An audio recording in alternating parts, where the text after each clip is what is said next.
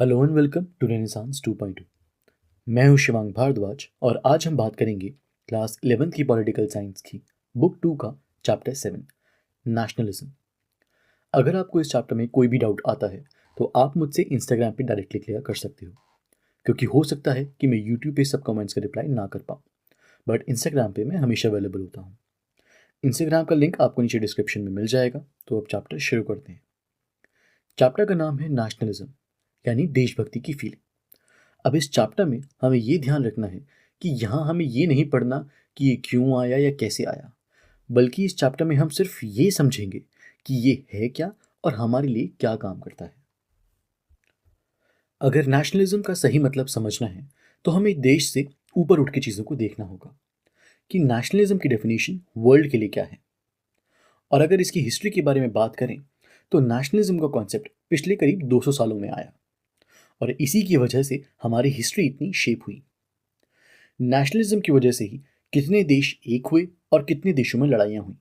जैसे for example 19th century में Europe में जर्मनी और इटली पहले छोटे छोटे स्टेट्स में बटे हुए थे और बाद में नेशनलिज्म के कॉन्सेप्ट के थ्रू साथ में लाए गए। ऐसे ही कई बड़े एम्पायर्स जैसे ऑस्ट्रो हंगेरियन एम्पायर या रशियन एम्पायर, जिसे पहले यूएसएसआर कहते थे, वो नेशनलिज्म की वजह से कई छोटे छोटे देशों में बट गया और आज तक ये प्रोसेस चलता आ रहा है, जिसमें देश नेशनलिज्म के नाम पे कंट्रीज की बाउंड्रीज चेंज करते रहते हैं। जैसे हम अक्सर न्यूज़ में भी सुनते हैं कि कई लोग अलग देश बनाने के लिए स्ट्रगल कर रहे हैं और इसमें सबसे प्राइम एग्जांपल्स हैं कनाडा के अंदर क्यूबेक, स्पेन में बास्क, टर्की और इराक में कुर्द्स और श्रीलंका में तमिल्स। अभी भी ये कन्फ्यूजन है कि एक देश होता क्या है और क्यों लोग उसके पीछे अपनी जान दे देते हैं। क्यों जब इंडियन टीम खेलती है तो हम उसे सपोर्ट करते हैं। तो अब बात करते हैं एक देश और लोगों के रिलेशनशिप को समझने की। तो एक देश का मतलब होता है एक इमेजिनरी कम्युनिटी, जिसमें लोगों के कुछ कलेक्टिव बिलीफ्स होते हैं और कुछ एस्पिरेशंस होते हैं और इसी इमेजिनेशन की बेसिस पे वो खुद को एक दूसरे के साथ जोड़ पाते हैं। अब अगर इन बिलीफ्स की बात करें तो ये कोई ऐसी रियल चीज़ नहीं जिसे आप देख या छू सकते हो। ये हमारा विश्वास होता है जो हमें एक देश के साथ जोड़ता है। यहाँ हम सब लोगों के अपने कुछ सपने होते हैं जिसे पूरा करने के लिए हम सरकार बनाते हैं। और अगर मैं आपको बिल्कुल सिंपल टर्म्स में समझाऊं तो आप इमेजिन करो कि आप एक क्रिकेट टीम का हिस्सा हो। तो जब आप उस टीम का हिस्सा हो तो आप अपने आप बाकी टीम मेंबर्स के साथ एक म्यूचुअल फीलिंग और बिलीफ शेयर करोगे, एक साथ एक गोल के लिए खेलोगे जो है मैच जीतना। तो ऐसा ही कुछ नेशन के कॉन्सेप्ट में भी होता है। नेशन एक टीम है और हम सब उसके मेंबर्स। और ये जो देशभक्ति की फीलिंग आती है उसमें हिस्ट्री बहुत इंपॉर्टेंट रोल प्ले करती है। जैसे फॉर एग्जाम्पल जब इंडिया पे ब्रिटिशर्स का कंट्रोल था तब भी इंडियंस को रियलाइज़ नहीं हुआ कि हमें एक साथ आके इन्हें बाहर करना चाहिए, क्योंकि देशभक्ति वाली फीलिंग जगाने के लिए कोई कॉमन लिंक नहीं था जो सबको जोड़ सके।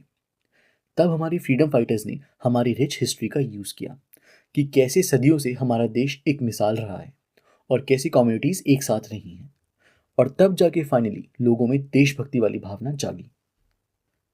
ऐसे ही टेरिटरी भी एक इम्पॉर्टेंट रोल प्ले करती है, क्योंकि अगर आप किसी भी देश की बात करोगे तो ऑटोमेटिकली आप सोचोगे कि मैप में ये कहाँ है।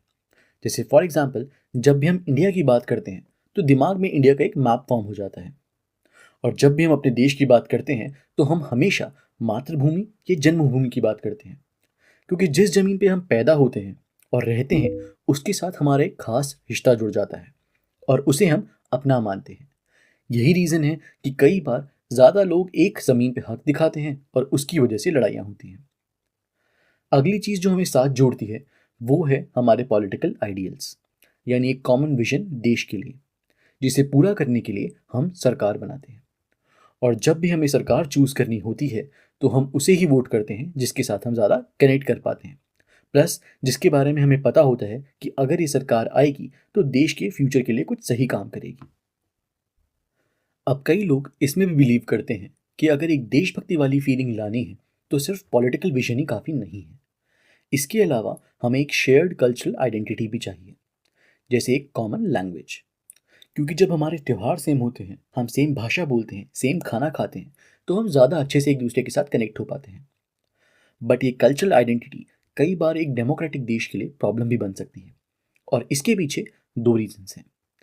पहला तो ये कि दुनिया में बहुत से धर्म हैं और धर्मों में भी ग्रुप्स बने हुए हैं जिसमें लोग रिलीजन को अपनी तरह से इंटरप्रेट करते हैं। दूसरा, एक देश में बहुत से कल्चर के लोग रहते हैं और अलग अलग भाषा बोलते हैं, तो कई बार वो रीज़न भी प्रॉब्लम क्रिएट कर सकता है।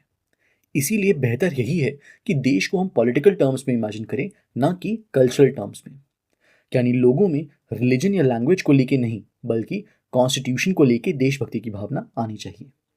इसका सबसे अच्छा एग्जाम्पल है हमारा इंडिया, जहाँ इतने सारे कल्चर्स और धर्म हैं, फिर भी हम सब खुद को एज ए इंडियन देख पाते हैं और अपनी कॉन्स्टिट्यूशन के साथ खुद को जोड़ पाते हैं। अभी तक हमने ये देख लिया कि एक नेशन में लोगों में सेंस ऑफ कलेक्टिव आइडेंटिटी कैसे आती है और क्यों ये ज़रूरी है। पर एक सवाल अभी भी रहता है, और वो ये कि अल्टीमेटली देश बनाना क्यों है? हम एक सोशल ग्रुप की तरह भी तो रह सकते हैं। तो यहाँ सबसे बड़ा डिफरेंस तो ये है कि एक नेशन खुद को गवर्न करता है अपनी फ्यूचर डेवलपमेंट के लिए, यानी they seek self determination. Self determination का मतलब होता है जिसमें एक देश अपना डिसीजन खुद लेता है और अपने भविष्य के बारे में खुद सोचता है, एक इंडिपेंडेंट देश की तरह। यहाँ हम बाकी देशों से भी एक तरह से वेरीफाई करते हैं अपना स्टेटस एक इंडिपेंडेंट देश होने का। क्योंकि अगर आप सोचो कि आप अपना एक देश बनाओगे, बट अगर उसे इंटरनेशनली एक्सेप्ट नहीं किया जा रहा, तो भी उसका कुछ फ़ायदा नहीं है। और अल्टीमेटली ये इसलिए ताकि आप अपनी प्रोटेक्शन कर पाओ। अगर बाकी देश आपको एज अ कंट्री रिकग्नाइज करेंगे, तो कोई आप पे इलीगली कंट्रोल डिक्लेयर नहीं कर पाएगा। तो एक तरीके से ये प्रिविलेज से ज़्यादा प्रोटेक्शन के लिए इंपॉर्टेंट है। कई बार ये देश बनाने की डिमांड का नेगेटिव असर भी होता है। जैसे फॉर एग्जाम्पल, जब फर्स्ट वर्ल्ड वॉर खत्म हुआ और ऑस्ट्रो हंगेरियन जैसे एम्पायर्स टूटे, तो कई छोटे छोटे देश बने कल्चरल आइडेंटिटी के बेसिस पे, यानी सेम लैंग्वेज सेम कल्चर। अब एक तरफ इन देशों में वो लोग थे जो बहुत खुश थे अपना स्टेट बना के, और दूसरी तरफ ऐसे लोग भी थे जिन्हें अपनी जगह छोड़ के मूव करना पड़ रहा था दूसरे कल्चर का होने की वजह से।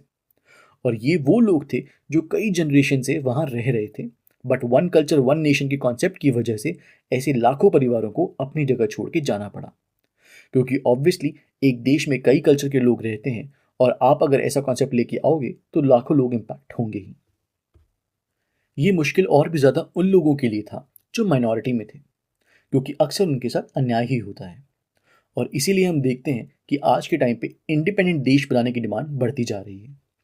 और इसी वजह से आज के टाइम पे हम एक बहुत फनी सिचुएशन में रहते हैं, क्योंकि अगर आप बात करो अपने हक की एक इंडिपेंडेंट देश बनाने की, तो आपको बिल्कुल है, और सभी कंट्रीज इस हक को मानती भी हैं, क्योंकि पास्ट में वो खुद इस वजह से अपना देश नहीं बना पाई थी।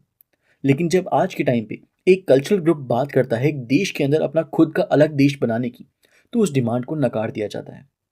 तो इसीलिए हम बोलते हैं कि एक पैराडॉक्सिकल सिचुएशन है, यानी देश खुद प्रमोट करते हैं इंडिपेंडेंस को, लेकिन अगर कोई अलग देश बनाना चाहे उनके देश में, तो वो उसे अलाउड नहीं है। इसीलिए ये ज़रूरी है कि देशों को पॉलिटिकल लेंस से देखा जाए, ना कि कल्चरल लेंस से, ताकि लोगों के डिफरेंसेस को रिजॉल्व किया जा सके। अब इस चैप्टर का last topic, nationalism and pluralism. Pluralism का मतलब है अलग अलग कल्चर के लोग। अब अगर हम बात कर रहे हैं कि देश को पॉलिटिकल विजन के थ्रू देखना चाहिए, तो हमें ये मेक श्योर करना होगा कि अलग अलग कल्चर के लोग एक देश में मिलजुल के रह सकें। और इसके लिए हमें सबसे पहले लोगों को एक बराबर प्लेटफॉर्म पे लाना होगा और उनकी कल्चरल आइडेंटिटी को एक्सेप्ट करना होगा। प्लस हमें उनकी प्रोटेक्शन और डेवलपमेंट के लिए भी प्रोविजंस बनाने होंगे। और ये सारे राइट्स यूजुअली हमें एक देश की कॉन्स्टिट्यूशन में देखने को मिल जाते हैं।